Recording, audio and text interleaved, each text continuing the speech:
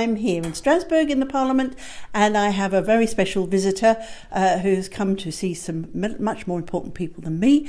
But Nick, it's a delight to welcome you back to the Parliament here in Strasbourg. I haven't been here for close to 14 years. Is that right?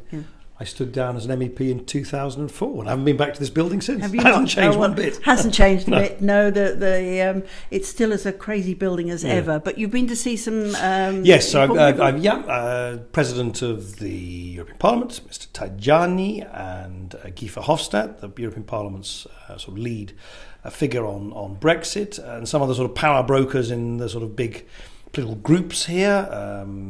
Elmar Brok, who's a sort of, I think he's the father of the house, isn't he? He's the longest serving MEP, yes. Who's obviously very sort of key to the German debate about Brexit. So I've been visiting all these folk and really just simply trying to communicate to them that not everybody in the United Kingdom thinks that Brexit's a good idea. You know, after all, close to half the voting population voted in the referendum for a different future, and crucially that there is a very pivotal moment coming up in Parliament when MPs get to scrutinise whatever David Davis and Theresa May put before them, and then they have to make a big decision, sort of yay or nay. Do they go ahead with this? And I, of course, hope that MPs will give the deal very short shrift, because there's no way it'll deliver on all the bountiful promises that were made to voters by the merry band of Brexiteers, the money for the NHS, the smaller class sizes, blah blah blah.